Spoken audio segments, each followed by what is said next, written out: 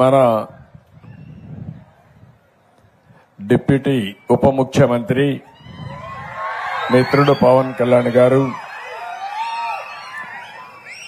రాష్ట్రం మొత్తం గ్రామ సభలు పెట్టాలి, గ్రామ సభల్లో గ్రామ అభివృద్ధి గురించి చర్చించాలని నిర్ణయం చేయడం, నేను దానిపైన ఇది మంచి కార్యక్రమం, దీన్ని అందరం కలిసి చేయాలి, రాష్ట్రం అంతా కూడా ఒక పండుగ వాతావరణంలో ఈ కార్యక్రమం చేయాలని దీనికి శ్రీకారం చుట్టడం, అక్కడి నుంచి నేరుగా నేను కూడా భాగస్వామి కావాలని వానపల్లికి రావడం నా అదృష్టంగా భావిస్తున్నాను. ఇప్పుడే పళ్ళాలమ్మ వారి దర్శనం చేసుకుని ఆశీస్సులు తీసుకుని మీ ఆశీస్సులతో ముందుకు పోదామనే ఉద్దేశంతో ఇక్కడికి వచ్చాను. ఈరోజు మనందరం కూడా ఈ గ్రామ సభలో గుర్తుపెట్టుకోవాల్సింది, రాబోయే రోజుల్లో ఏం చేస్తామో మనం చర్చించుకోవాల్సిన అవసరం ఉంది. ఒక్క విషయం మీరందరూ గుర్తుపెట్టుకోవాలి, ఇక్కడికి వచ్చినప్పుడు ఈరోజు ఈ రాష్ట్రంలో ఒక్కసారి చూస్తే గడిచిన 5 సంవత్సరాలు ఎప్పుడైనా ఒక గ్రామ సభలో కూర్చొని మాట్లాడుకున్న దాఖలాలు ఉన్నాయా అని మిమ్మల్ని అడుగుతున్నా. ఎప్పుడైనా ఒక ముఖ్యమంత్రి ఒక ఉప ముఖ్యమంత్రి మీ దగ్గరికి వచ్చి సాదా సీదాగా వచ్చి కూర్చున్న సందర్భాలు ఉన్నాయా అని అడుగుతున్నా. ఆ రోజు మీరు చూస్తే ముఖ్యమంత్రి వస్తున్నాడంటే మొత్తం చెట్లన్నీ నరికేయాలి. ఇక్కడికి వచ్చుంటే ఈ పళ్ళాలమ్మవారి దేవాలయంలో మొత్తం చెట్లన్నీ నరికేసేవాడు. అవునా కాదా గుర్తు తెచ్చుకోమంటున్నా. ఆయన వస్తున్నా అంటే పరదాలు కట్టేయాలి. అదే సమయంలో అందరి ఇళ్ల దగ్గర అరెస్ట్ చేసేయాలి, ఎవరు బయట రాకూడదు. ఈ ప్రాంతం అంతా స్కూల్స్ అన్ని మూసేయాలి. అన్ని బస్సులు ఆయన మీటింగుల కోసం రావాలి. ఆడవాళ్ళైతే స్వేచ్ఛగా వచ్చి కూర్చొని మాట్లాడుతున్నారు. ఏమమ్మా అప్పట్లో ఎప్పుడన్నా మీలో నవ్వుముఖం చూశానా అని అడుగుతున్నా మిమ్మల్ని అందరినీ. స్వేచ్ఛ ఉందా అని మిమ్మల్ని అడుగుతున్నా. మిమ్మల్ని బలవంతంగా డాక్రా సంఘాలని బలవంతంగా తీసుకొచ్చి పెద్ద పెద్ద మీటింగులు పెట్టి ఉదయం నుంచి సాయంత్రం వరకు మీకు పనిష్మెంట్ ఇచ్చే రోజులవి. ఆ రోజులన్నీ అయిపోయినాయి. ఓసారి నేను చూశాను, వచ్చిన వాళ్ళు వెళ్లిపోతా ఉంటే పక్కన గోతులు తవ్వేవాళ్ళు పారిపోకుండా. ఇది ప్రజాస్వామ్యమా లేకపోతే డిక్టేటర్ స్వామ్యమా నాకైతే అర్థం కావడం లేదు. నేను అందుకని నేను గాని మిత్రుడు పవన్ కళ్యాణ్ గారు వచ్చిన తర్వాత ఒకే మాట చెప్పాం, చాలా స్పష్టంగా ఆదేశాలు ఇచ్చాం. మాది simple governance, simple government, effective governance. పేద ప్రజలకు న్యాయం చేసే పరిపాలన రావాలని పాలనకు శ్రీకారం చుట్టామని చెప్పి కూడా నేను మీకు తెలియజేస్తున్నా. ఈరోజు గ్రామ సభ అంటే మీరే నిర్ణయించుకోవాలి. ఈరోజు మీ అందరి ముందర ఒక ప్రపోజల్ పెడుతున్నాం. అది పెట్టే మునుపు కొన్ని విషయాలు కూడా మనం మాట్లాడుకోవాలి. ఆ విషయాలు మాట్లాడిన తర్వాత ఏం ప్రపోజల్ పెడుతున్నా నేను ఒక్కసారి మీకు చెప్తాను. ఈరోజు ఒకే రోజు 13,220 గ్రామాల్లో ఇదే మరిగా గ్రామ సభలు పెట్టి ఏమేమి కార్యక్రమాలు చేస్తామో నిర్ణయించే రోజు. దాన్ని చూస్తే చాలా సంతోషం కలుగుతుంది. ఈ సభల ద్వారా దీనికి కూడా ఒక రాజ్యాంగంలోని ఆర్టికల్ 243A ద్వారా గ్రామ సభలు పెట్టాలి. సర్పంచ్ పనిచేయాలన్నా గ్రామ సభలో పెట్టి మీ ఆమోదం తీసుకొని పనిచేయాలి. గ్రామ అవసరాలు ఏమున్నాయో అవే చేయాలి తప్ప కాంట్రాక్టుల అవసరాలు లేదంటే సర్పంచ్ అవసరాలు కాకుండా మీ అవసరాలు ప్రాతిపదిక పైన చేయాలనే ఉద్దేశంతోనే ఈ గ్రామ సభలకు శ్రీకారం చుట్టాం.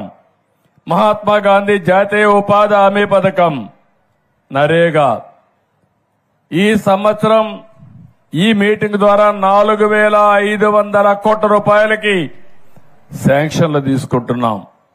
రాష్ట్రం మొత్తం 87 రకాల పనులకి గ్రామ సభలు ఆమోదిస్తాయి. అవసరమైతే ఇంకా ఎక్కువ డబ్బులు కూడా ఖర్చు పెట్టడానికి అవకాశం ఉంది.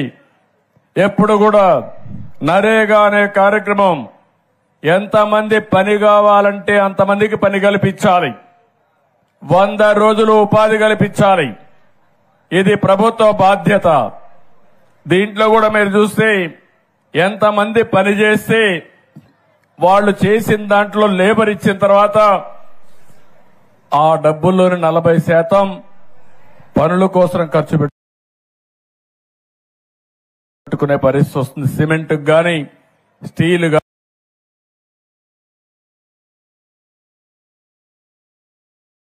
కానీ పనుల కోసం ఖర్చు పెట్టే పరిస్థితి వస్తుంది. 60-40%తో ఈ డబ్బులు వినియోగిస్తాం.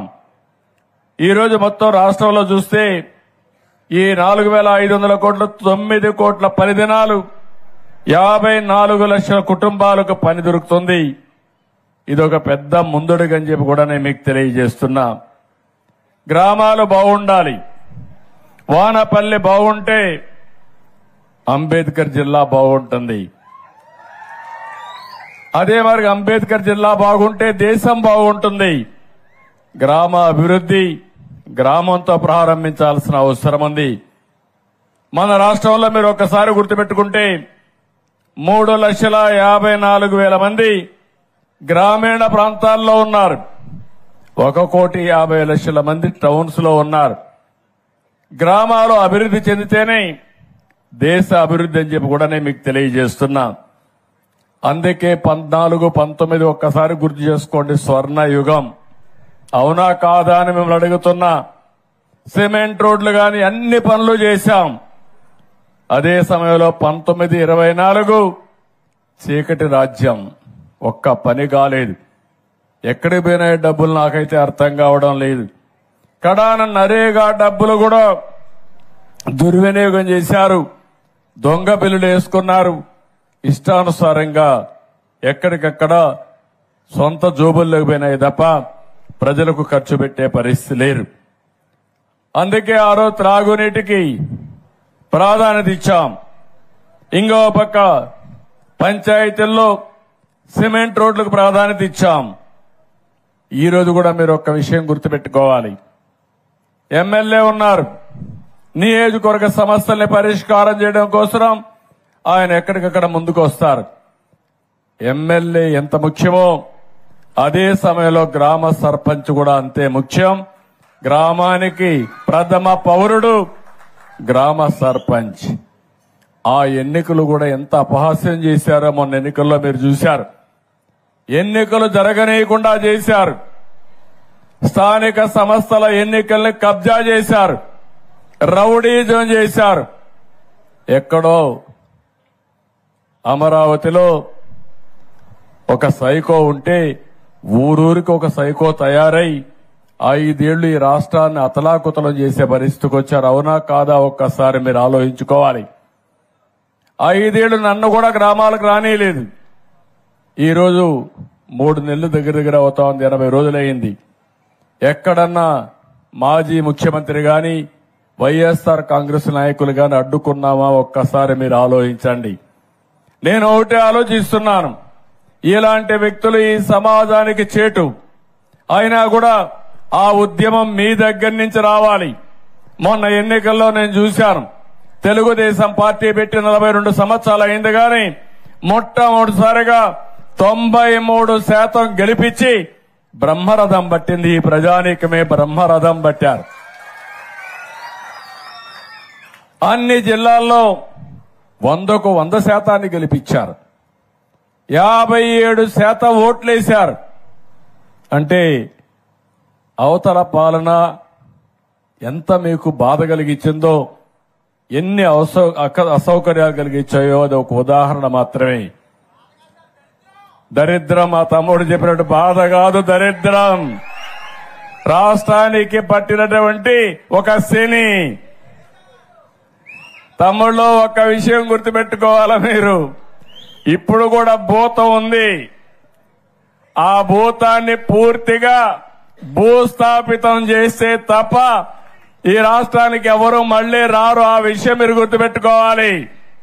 మళ్లీ అంటా ఉంది ఆ భూతం లేసి నేను వస్తానని. ఏం చేస్తారు? ఏం చేస్తారు తల్లి? మీకు మంచి కావాలంటే, మీ భవిష్యత్తు ఉజ్వల భవిష్యత్తు కావాలంటే ఇలాంటి భూతాల్ని పూర్తిగా భూమిలో చిరస్థాయిగా ఏం చేయాలి? పాతేయాలి. కాంక్రీట్ కూడా వేయాలి మళ్ళా లేకుండా. అప్పుడే ఇది సాధ్యం అవుతుంది. అందుకే ఈరోజు నేను మిమ్మల్ని అందరినీ కోరేది, మా ఆలోచన ఒకటి, ఒకసారి కంపేర్ చేసుకోవాలి. 2014-19లో 27,444 కిలోమీటర్లు సిమెంట్ రోడ్లు వేశాం. మనం ఉండుంటే 100% సిమెంట్ రోడ్లు అయిపోయేటివి. 5 ఏళ్లలో 6,643 కిలోమీటర్లు వేశారు. మీ గ్రామాల్లో చెత్త ఉంది. ఆ చెత్త కూడా ఒకప్పుడు మీరు చూస్తే మరుగుదొడ్లు లేకుండా రోడ్డు మీద చెత్తేసి రోడ్ని మరుగుదొడ్డుగా వాడుకున్న రోజులవి. నేను అందుకనే స్వచ్ఛ భారత్ లో భాగంగా మా ఆడబిడ్డలు బాధపడకూడదని ఆత్మ గౌరవం పేరుతో మరుగుదొడ్లు కట్టించిన ఏకైక ప్రభుత్వం తెలుగుదేశం ప్రభుత్వం. ఆ విషయం మీరు గుర్తుపెట్టుకోవాలి.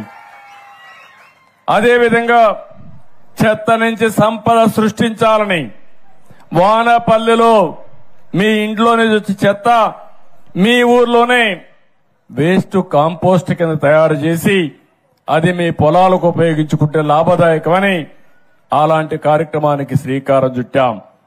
ఇలాంటివి దగ్గర రాష్ట్రంలో 9,838 కేంద్రాలు ఏర్పాటు చేసి రంగులు కొట్టుకున్నాడు రంగుల పిచ్చోడు. కానీ అది ఏమీ ఉపయోగించకుండా చేసే పరిస్థితి వచ్చింది. రంగుల మీద ఉండే పిచ్చ ఈ పేదవాళ్లపైన ధ్యాస లేకుండా చేసే పరిస్థితికి వచ్చాడు. ఆ రోజు గ్రామాల్లో మీరు చూశారు. నేను ఒకటే ఆలోచించాను, ఎల్ఈడి బల్బులన్నీ పెట్టాను. అది కూడా ఆటోమేటిక్ గా లైటింగ్ సిస్టమ్ పెట్టాం. దగ్గర 25,22,000 ఆ రోజు వీధి దీపాలు వెలిగిస్తే ఈ దుర్మార్గుడు వచ్చి వేసిన వీధి దీపాలు 40% వెలగడం లేదు. తీసేసే దొంగలు అవి కూడా తీసుకెళ్లిపోయారు. ఏం చెప్పాలనో అర్థం కాదు. అంటే ఎలాంటి పాలన ఈ రాష్ట్రానికి అరిష్టం. ఆ విషయం మీరు గుర్తుపెట్టుకోవాలి. పంచాయతీ నిధులు ఈ రోజు ఇక్కడ సర్పంచ్ ఉన్నాడు, ఉత్సవ విగ్రహంగా తయారు చేశారు ఆయన్ని. ఫైనాన్స్ కమిషన్ ఇచ్చే డబ్బులు ఇవ్వకుండా డైవర్ట్ చేసుకున్నారు. వేరే పనులు ఖర్చు పెట్టారు. మేము పవన్ కళ్యాణ్ గారు వస్తానే 990 కోట్ల రూపాయలు మొన్నే రిలీజ్ చేశా. మళ్లీ 1,100 కోట్ల రూపాయలు రిలీజ్ చేయబోతున్నాం. అంటే దగ్గర 2,100 కోట్ల రూపాయలు రాబోతుంది. ఇది కాకుండా నరేగా కింద డబ్బులు వస్తాయి. ఇవన్నీ వస్తే గ్రామాల్లో అభివృద్ధి జరుగుతుంది. గ్రామాల్లో అభివృద్ధి కళ ప్రారంభిస్తామని చెప్పి కూడా నేను మీకు తెలియజేస్తున్నా. పంట కుంటలు 8,97,000 తవ్వాం. 5 ఏళ్లలో ఒకటి లేదు. హార్టికల్చర్ పనులైతే 3,60,000 ఎకరాలకు ఇచ్చాం. 5 ఏళ్లలో 1 ఎకరాకి ఇవ్వాల. ప్రతి ఒక్క దిక్కడ ఏవైతే ఈరోజు మహాత్మా గాంధీ జాతీయ గ్రామీణ ఉపాధి హామీ పథకం ఉందో నోటీస్ బోర్డులు పెట్టాం. ఊర్లలో సోషల్ ఆడిట్ చేశాం. ప్రజా చైతన్యం తీసుకొచ్చాం. 5 ఏళ్లలో ఎక్కడ చేశాడో ఎవడికి తెలియదు. ఎక్కడ భోంచేశారో ఎట్లా అరిగిందో కూడా నాకైతే అర్థం కావడంలా. అలాంటి దుర్మార్గమైన కార్యక్రమాలు చేసే పరిస్థితికి వచ్చారు. ఎన్టీఆర్ జలసిరి కింద 32,693 బోర్లేసి పంప్ సెట్లు పెట్టాం. ఈయన కూడా మాట్లాడి 2,550 పంప్ సెట్లు మాత్రం పెట్టే పరిస్థితికి వచ్చారు. ఆ రోజు మీరు చూస్తే ఓడీఎఫ్కి వెళ్ళాం.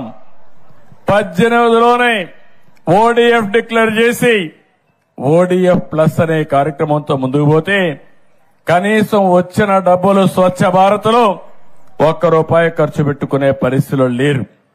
అందుకే నేను మిమ్మల్ని అందరినీ ఒకటే కోరుతున్నా, ఈరోజు రాబోయే 5 సంవత్సరాల్లో 17,500 కిలోమీటర్లు సిమెంట్ రోడ్లు అయిపోతున్నాం. ఈరోజు ఈ గ్రామంలో వానపల్లిలో ఒకటే హామీ ఇస్తున్నా, ఈ 2-3 ఏళ్లలో ప్రతి ఒక్క వీధికి సిమెంట్ రోడ్ వేసే బాధ్యత మాది. మట్లో తిరిగే పని లేదు.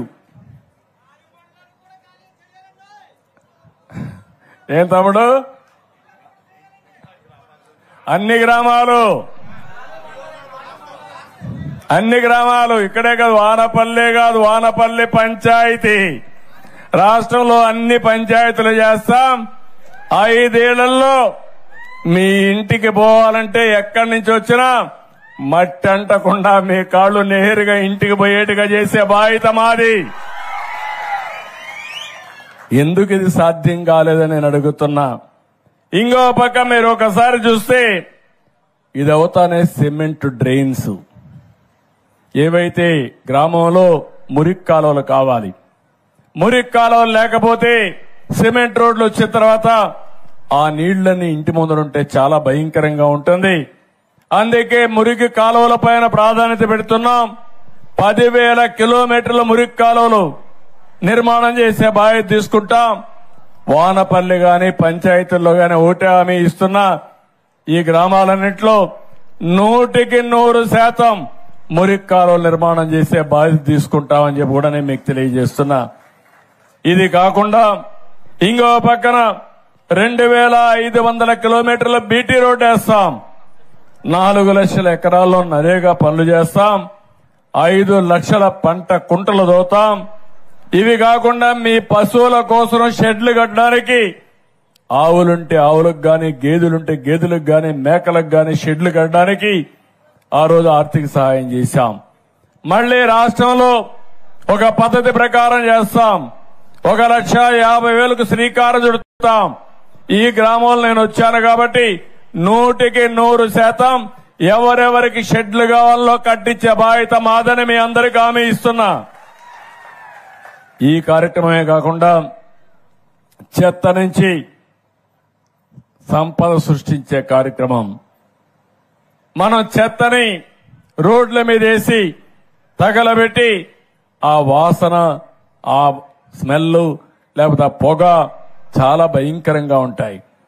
అందుకే నేను ఆలోచించింది, ఆ యొక్క చెత్తను తీసుకెళ్లి ఏవైతే వేస్ట్ కాంపోస్ట్ దగ్గర ఆ షెడ్ లో పెట్టి, కొన్ని దాంట్లో సీసాలుంటాయి, కొన్ని ప్లాస్టిక్ ఉంటాయి, ఇవన్నీ రీసైక్లింగ్ పంపిస్తాం. అక్కడ కాంపోస్ట్ చేసి ఆ ఎరువులు మళ్లీ ఎక్కడ అవసరమైతే అక్కడ ఇచ్చే కార్యక్రమం చేస్తాం. నరేగా కింద దగ్గర 15 కోట్ల నుంచి 21,50,00,000 పని దినాలు పెంచుతున్నాం.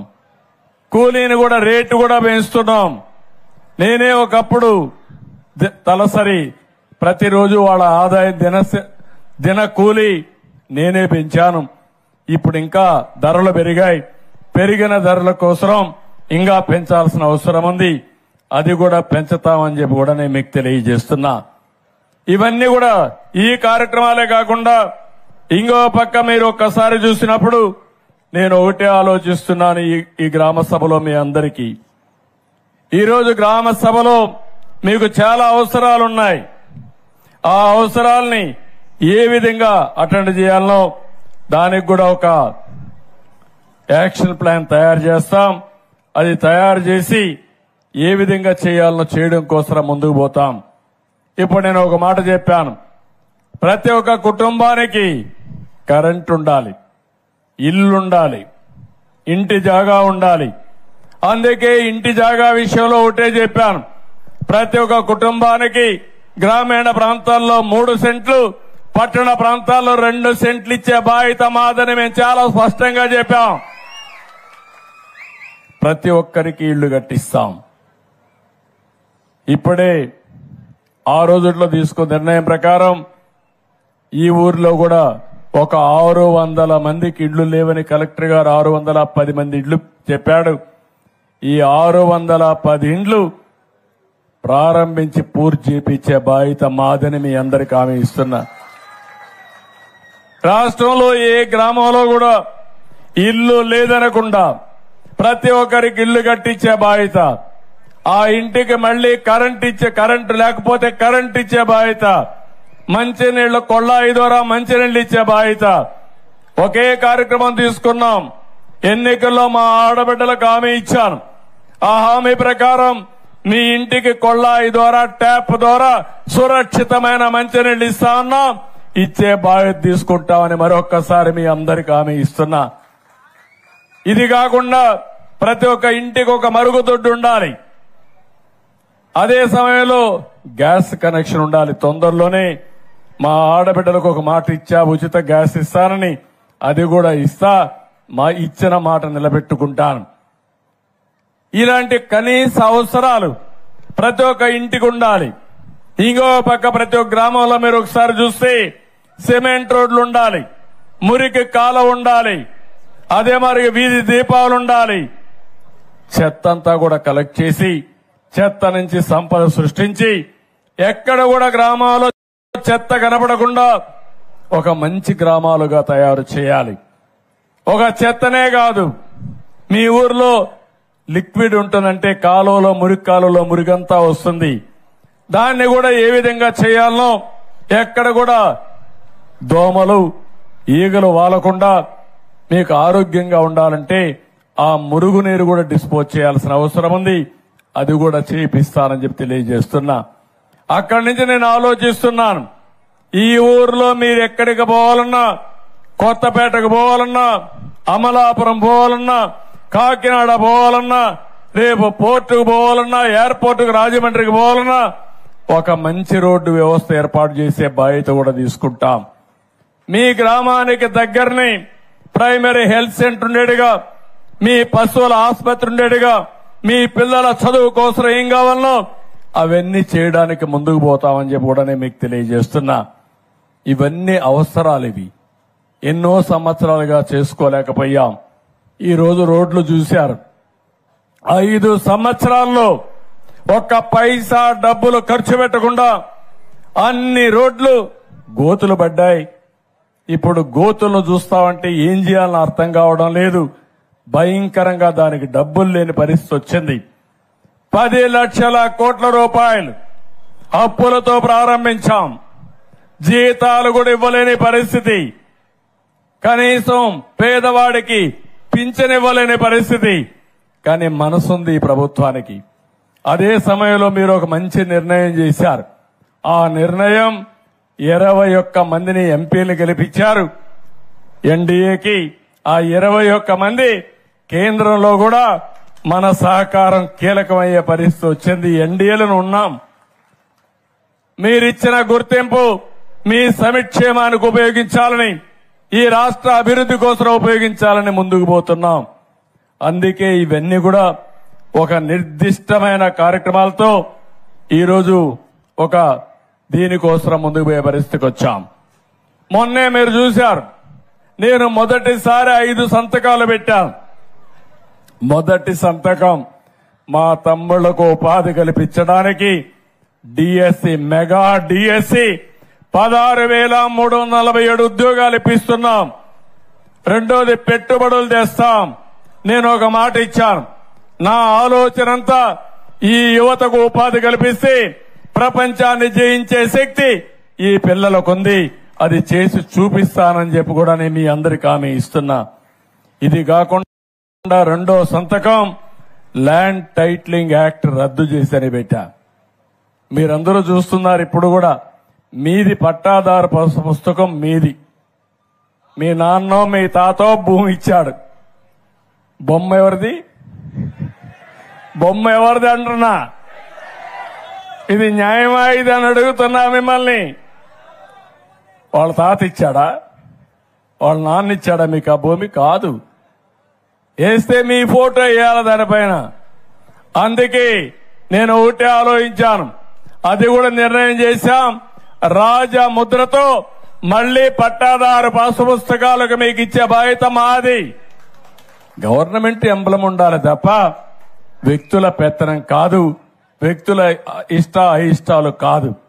ఇంకో పక్కన ల్యాండ్ టైటిలింగ్ యాక్ట్ తీసుకొచ్చాడు. అది చూస్తే నాకే భయం వేస్తా ఉంది. నా భూమి కూడా నా పేరుతో ఉండదు ఆ చట్టంగా అమల్లోకి వస్తే. అలాంటి ఒక భయంకరమైన చట్టాన్ని తీసుకొచ్చాడు. ఆయన సాక్షిలో ఉండే గుమస్తాలు పెట్టుకుని మీ భూమి ఎవడికి కావాలంటే ఒకటి రాయిస్తే ఇంకా మీరు కోర్టుకు పోవాలంటే కూడా లేకుండా నేరుగా వానపల్లి నుంచి అమరావతి హైకోర్టుకు రావాలి.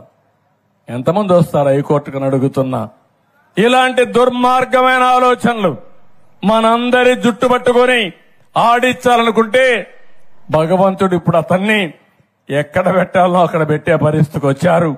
అది చరిత్ర అని చెప్పి కూడా నేను మీకు తెలియజేస్తున్నాను. అందుకే నిన్న మొన్న అంటున్నాడు మీరు హోదా ఇవ్వలేదు కానీ ఆయనకు హోదా కావాలంటే ప్రతిపక్ష హోదా. ప్రజలు ఇస్తే వచ్చేది హోదా, ప్రజలు గెలిపిస్తే వచ్చేది పదవి.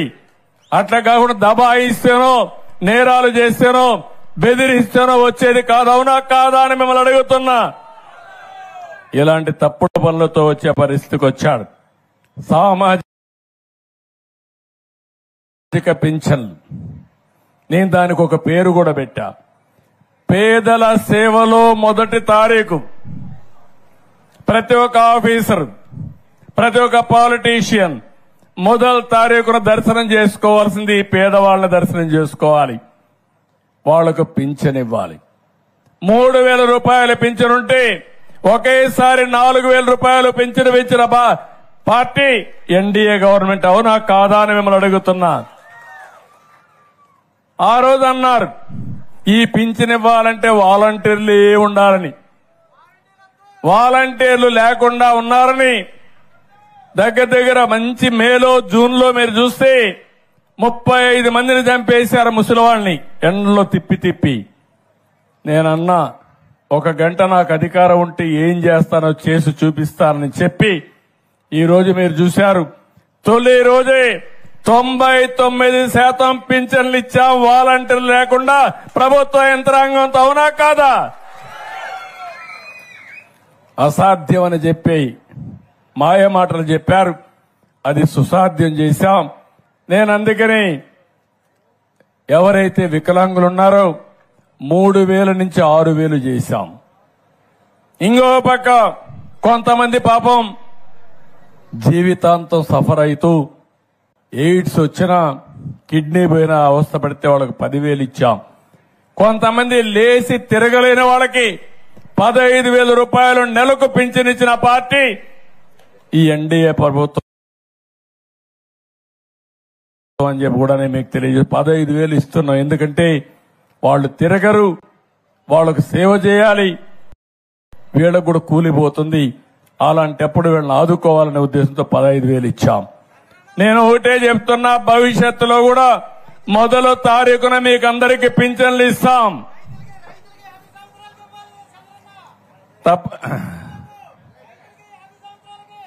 తమ్ముడు డబ్బులు వస్తే అన్ని మీకే ఇచ్చేస్తా.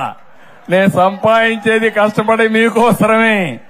సంపద సృష్టిస్తా, ఆ సంపద పేదవాళ్లకు పంచుతానే ఉంటా. అల్లు పెరగని పోరాటం చేస్తాం దీనికోసం.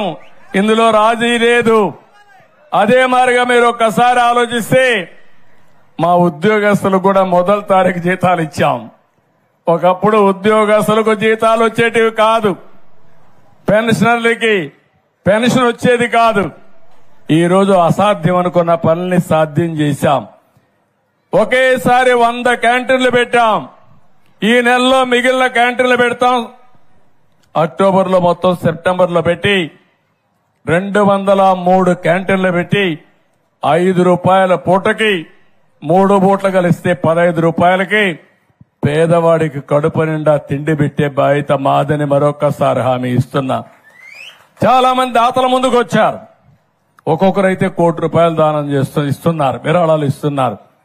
ఎన్టీ రామారావు గారు పెట్టినటువంటి అన్నదానం ఒక్క పైసా పెట్టుబడి లేకుండా ఈరోజు దాతలు ఇచ్చిన డబ్బులతో మళ్ళా వడ్డీ వస్తా ఉంది, ఇంకా పెరుగుతా ఉంది. 1,00,000 మందికి భోజనం పెట్టినా అలు పెరగకుండా కార్యక్రమం ముందుకు పోయే పరిస్థితికి వచ్చింది. ఇంకో పక్క స్కిల్ డెవలప్మెంట్ చేస్తున్నాం. నేను ఒకటే మిమ్మల్ని అందరినీ ఎక్కుండే వాళ్ళందరినీ కోరుతున్నా, వానపల్లిలో చదువుకున్న యువత చాలా మంది ఉన్నారు. కానీ ఉద్యోగం కావాలంటే కొన్ని నైపుణ్యాలు కూడా కావాలి. ఆ నైపుణ్యాన్ని మనం నేర్చుకోవాలి. అది నేర్చుకుంటే మీ ఆదాయం రెట్టింపు గాని ఎక్కువ ఆదాయం వచ్చే పరిస్థితి వస్తుంది. అందులో అనేక రకాలుగా ఉంటాయి.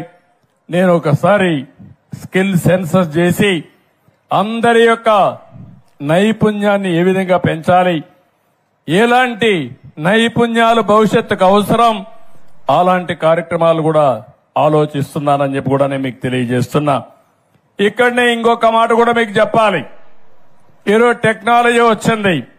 మా చెల్లెమ్మ అయితే మొత్తం రికార్డు చేస్తా ఉంది. మొత్తం మీటింగ్ అంతా రికార్డు చేస్తుంది అక్కడ కూర్చొని నిలబడుకొని. ఇలాంటి వాళ్ళు ఫోటో కావాలంటే సెల్ఫీలు తీసుకుంటున్నారు. అదే మరిగా అనేక విధాలుగా బెనిఫిట్స్ వచ్చాయి. టెక్నాలజీ ఏ లెవెల్కి వెళ్ళిందంటే మీ ఊర్లో ఎక్కడన్నా దోమ ఉంది అంటే ఆ దోమను చూసి ఆ దోమ పైనే మందు కొట్టి చంపే పరిస్థితికి వస్తా ఉంది, నివారించే పరిస్థితికి వస్తా ఉంది.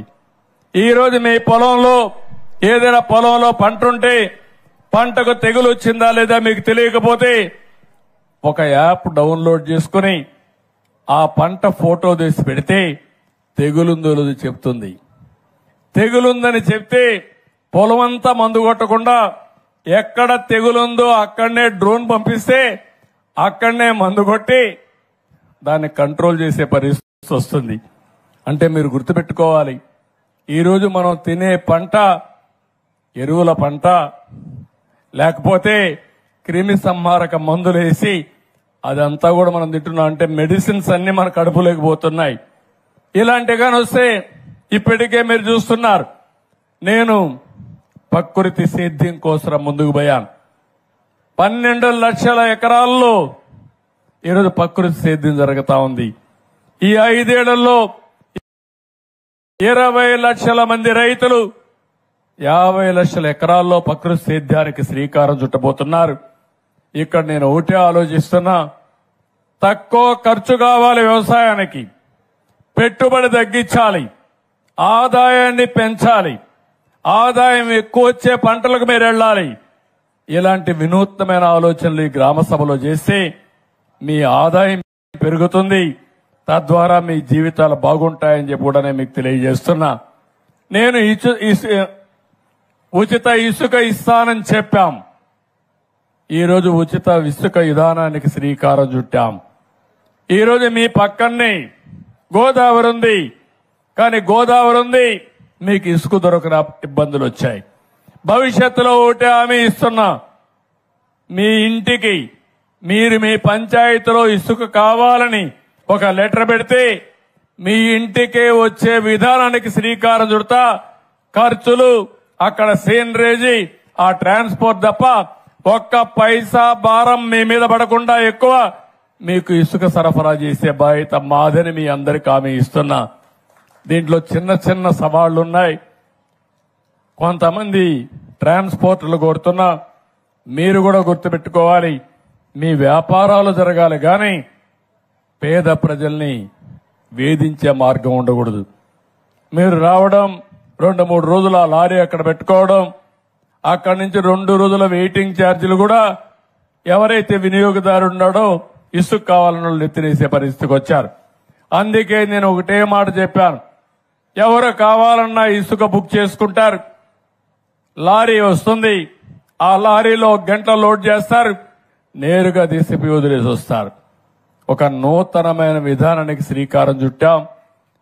సెప్టెంబర్ 11 నుంచి ఈ విధానానికి శ్రీకారం చుట్టి ఇప్పుడు కూడా రిజిస్ట్రేషన్ చేసుకోమన్నాం. రిజిస్ట్రేషన్ చేసుకుంటేనే ఇసుక నేరుగా మీ ఇంటికి వచ్చే విధానం. మీ సచివాలయానికి పోయి మీకు ఎంత ఇసుక కావాలనో ఆ ఇసుక రిజిస్ట్రేషన్ చేసుకుని డబ్బులు కట్టేస్తే నేరుగా లారీతో మీకు వస్తుంది. మీరే లారీ తీసేపోయి తీసుకొచ్చుకుంటామంటే దానికి కూడా మీకు ఒక టోకెన్ ఇస్తారు, మీరే పోయి తెచ్చుకోవచ్చు అని చెప్పి నేను మీకు తెలియజేస్తున్నా. ట్రాక్టర్ అవసరమైతే ట్రాక్టర్ కూడా తీసేపోయి మీరే తెచ్చుకోవచ్చు. ఇంకో పక్క ఈ సంవత్సరం వర్షాలు కూడా పడ్డాయి. నిన్న కూడా వర్షం పడింది. నేను వచ్చే వరకు వర్షం పడతా ఉంది. శుభ సూచకం. వరుణ దేవుడు కూడా కరుణించాడు. ఇంకా రాబోయే రోజుల్లో కరువు అనే మాట లేకుండా చేసుకోవడానికి శ్రీకారం చుడుతున్నాం. మీ పక్కనే పోలవరం ఉంది. పోలవరం రాష్ట్రానికి ఒక వరం. కానీ దుర్మార్గుడు వచ్చి అక్కడ పోలవరాన్ని కూడా గోదావరిలో కలిపేశాడు. డయాఫామ్ వాల్ నాశనం అయిపోయింది. కాఫర్ డ్యాములు దెబ్బతిన్నాయి. గైక్ బండ్ దెబ్బతినింది. 2021కి అయిపోవలసిన ప్రాజెక్టు ఈరోజు మొత్తం పడకేసే పరిస్థితి వచ్చింది. మొన్నే 2 సార్లు ఢిల్లీకి వెళ్లా. కేంద్ర మంత్రిని కన్విన్స్ చేశాం. ఎక్స్పర్ట్ కమిటీ వేశారు. ఈ దుర్మార్గుడు చేసిన పనికి మళ్ళా డయాఫామ్ వాళ్ళు కొత్తది కట్టాల్సి వస్తా ఉంది. కొత్తది కట్టకపోతే ఒకవేళ ఏదైనా ప్రమాదం జరిగితే తూర్పు గోదావరి జిల్లా, పశ్చిమ గోదావరి జిల్లా 2 కూడా మునిగిపోయే పరిస్థితి, కొట్టుకుపోయే పరిస్థితికి వస్తాయి. అందుకని 440 కోట్ల రూపాయలతో ఆ రోజు పూర్తి చేశాం. అది పోయింది. ఇప్పుడు 990 కోట్ల రూపాయల అదనపు భారం పడతా ఉంది. అయినా కూడా పర్వాలేదు. మీ క్షేమం కోసం కొత్త డయాఫామ్ వాల్ ప్రారంభిస్తాం.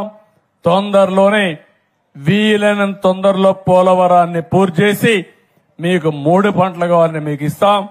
రాష్ట్రానికి మొత్తం నీటి సరఫరా చేసే బాధ్యత ఈ పోలవరం తీసుకుంటుందని చెప్పి కూడా మీకు తెలియజేస్తున్నా. ఇది కాకుండా మొన్నే రైతులకి 1674 కోట్ల రూపాయలు ధాన్యం బకాయిలు చెల్లించాం.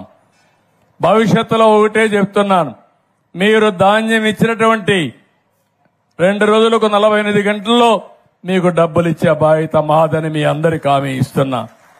ఒక నిర్దిష్టమైన విధానాలతో ఈ ప్రభుత్వం మేము ముందుకు వస్తాం.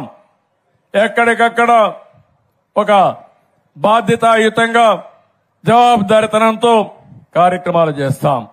ఎంత దుర్మార్గం అంటే కేంద్రం కొన్ని వేల కోట్ల రూపాయలు వివిధ కార్యక్రమాలకు ఇస్తారు. ఆ డబ్బులంతా డైవర్ట్ చేయడం, దుర్వినియోగం చేయడం. ఇప్పుడు కేంద్రం డబ్బులు కూడా ఇవ్వలేని పరిస్థితి వచ్చింది. ఇవ్వమని చెప్పారు, నిలిపేశారు. మొన్న నేను ఢిల్లీకి పోయి అడిగితే మీ రాష్ట్రంలో మేము ఇచ్చిన డబ్బులకు అకౌంట్ చెప్పడం లేదు, ఏమైనా మాకు తెలియదు, కాబట్టి మేము డబ్బులు ఇవ్వమంటే దానికి కూడా జవాబుదారీతనం తీసుకుని ఎప్పటికప్పుడు ఆ డబ్బులన్నీ పే చేసి మళ్ళా ఆ అకౌంట్స్ అని తీసి వాళ్ళకి ఇచ్చి కొత్తగా డబ్బులు కూడా తీసుకొస్తున్నామని చెప్పి కూడా నేను మీకు తెలియజేస్తున్నా. ఇలాంటివన్నీ కూడా మనం చేసి మనం ముందుకు పోయే పరిస్థితికి వచ్చాం. ఇక్కడికి వచ్చినప్పుడు ఒక విషయం మీరు గుర్తుపెట్టుకోవాలి. ఈ గ్రామానికి వచ్చినప్పుడు ఇక్కడ సమస్యలు కొన్ని ఉన్నాయి. ఈ సమస్యల్ని ఇప్పుడే మన వాళ్ళు ఒక 10 కోట్ల రూపాయలకి 16 వర్కులు ఇచ్చారు మొత్తం పంచాయతీ అంతా. ఈ గ్రామంలో సీసీ రోడ్లు 12 వేయాలని, 9.3 కిలోమీటర్లు వేయాలని, దీనికి 5,60,00,000 అవుతుంది. అదే మరిగా మురికి కాలువలు 5 చేయాలని, 4.5 కిలోమీటర్లు చేయాలని, దీనికి 2.2 కోట్లు అవుతుంది. అంటే 2,20,00,000 అవుతుంది. ఇది కాకుండా గ్రావెల్ రోడ్లకు 2 కావాలి, 3.5 కిలోమీటర్లు వేయాలి, 35 లక్షలు అవుతుంది. ఇది కాకుండా 10 ఏవైతే నేను చెప్పానో పశువులకు కావలసిన కొట్టాలు వేయడానికి 25 లక్షల రూపాయలు అవుతుంది. దగ్గర 10 మంది 10 ఎకరాల్లో హార్టికల్చర్ పెట్టుకుంటామన్నారు, దీనికి 10,50,000 అవుతుంది. ఇది కాకుండా మీరు చూస్తే అవెన్యూ ప్లాంటేషన్ వీటన్నిటికీ దగ్గర 8 లక్షలు అవుతుంది చెట్లు పెట్టడానికి. ఇంకో పక్కన పని కల్పించడానికి ట్రెంచులు తవ్వడానికి ఒక 9 లక్షలు అవుతుంది. అదేవిధంగా కొంతమంది రెయిన్ వాటర్ హార్వెస్టింగ్ కోసం ఒక 5.5 లక్షలు అవుతుంది. కమ్యూనిటీ సోక్ పిట్స్ అంటే ఈ నీళ్లన్నీ ఎక్కడికక్కడ సింక్ చేయడానికి, దీనికి కూడా ఒక 1,20,000 అవుతుంది. ఇవి కాకుండా కొంతమంది ఇండివిజువల్ గా మేము కూడా దూకోవాలన్నారు మరుగుదొడ్డు కోసం. అలాంటి వారికి సోక్ పిట్ దూకితే ఒక 60 లక్షలు కావాలన్నారు. ఇవి కాకుండా ఇంకొక పక్క దగ్గర 600 మీటర్లు మట్టి మురం రోడ్డు కావాలన్నారు, దీనికి కూడా 3,60,000 అవుతుంది. ట్యాంక్ రిపేరుకు ఒక 12 లక్షలు అవుతుంది. కాలువల రిపేరుకి 4,85,000 అవుతుంది. బరియల్ గ్రౌండ్ కి మొత్తం ల్యాండ్ చేసి కాంపౌండ్ వాళ్ళు కట్టాలంటే 1,20,00,000 అవుతుంది. అది కూడా ప్రపోజల్ పెట్టారు. ఇది కాకుండా ఫీల్డ్ కాలువలకి 46,000 అవుతుంది. అదే సమయంలో కాంపౌండ్ వాల్స్ కట్టాలన్నారు, 10 లక్షలు అవుతుంది. మొత్తం కలిసి 16 పనులు, మొత్తం దీనికి 10,20,00,000 అవుతుంది. మీరందరూ ఒప్పుకుంటే ఈ సంవత్సరం ఈ 16 పనులు అన్ని గ్రామాల్లో పూర్తి చేసి మళ్ళా నెక్స్ట్ గ్రామ సభకు వచ్చే అవకాశం ఉంటుంది. ఈ పనులు గాని మీరందరూ ఒప్పుకుంటే పూర్తి చేస్తారని చెప్పి కూడా నేను మీకు తెలియజేస్తున్నా. మీరందరూ కూడా చెప్పాల్సిన అవసరం ఉంది. మీ అందరూ కూడా ఆమోదయోగ్యం ఇవ్వాల్సిన అవసరం ఉంది. ఇది కాకుండా ఇంకొక పక్కన మీ గ్రామంలో చూస్తే ఆదాయం కూడా ఎప్పుడు కూడా డబ్బులు కావాలి, నరేగా డబ్బులు వస్తాయి. ఇంకో పక్క మీకు ఫైనాన్స్ కమిషన్ డబ్బులు వస్తాయి. వివిధ రూపేణ క్రమంలో మీ సర్పంచ్ కూడా బాగా పనిచేస్తున్నట్టున్నాడు. 3వ సర్పంచ్ అయినట్టు, ఒకసారి ఆయన భార్య మళ్ళా అయినట్టున్నాడు. అంటే ప్రజాదరణ పొందిన వ్యక్తి పంచాయతీ సర్పంచ్ కావడం సంతోషం. మనిషి సిన్సియర్ గా ఉన్నాడు, నీతి నిజాయితీ కనపడుస్తున్నాడు. ఇది శుభ పరిణామం. మీ అందరికీ ప్రొఫెషనల్ ట్యాక్స్ కింద 2,76,111 రూపాయలు వస్తుంది. తలసరి ఆదాయం గ్రాంట్ 1,14,420 రూపాయలు వస్తుంది. స్టాంప్ డ్యూటీ కింద 11,81,189 రూపాయలు వస్తుంది. హౌస్ ట్యాక్స్ ప్రాపర్ గా కలెక్ట్ చేసుకుంటే 18,99,711 రూపాయలు వస్తాయి. మామిడి యార్డు మార్కెట్ వేలం వల్ల 5,06,54,350 రూపాయలు వస్తుంది. 15వ ఆర్థిక సంఘ నిధులు 72,84,005 రూపాయలు వస్తాయి. మొత్తం ఆదాయం చూస్తే 1,14,09,845 రూపాయల ఆదాయం వస్తుంది. కానీ ఊర్లో జనాభా కూడా 12,000 జనాభా ఉంది. పెద్ద గ్రామం. కొన్ని మండలాలు కూడా ఇంతే జనాభా ఉంటాయి. అలాంటి గ్రామం ఇది. ఇక్కడ మీరు చూస్తా ఉంటే 5,411 మంది మహిళలున్నారు, 5,544 మంది మగవాళ్లున్నారు. ఓటర్లు 8,799 ఉన్నాయి.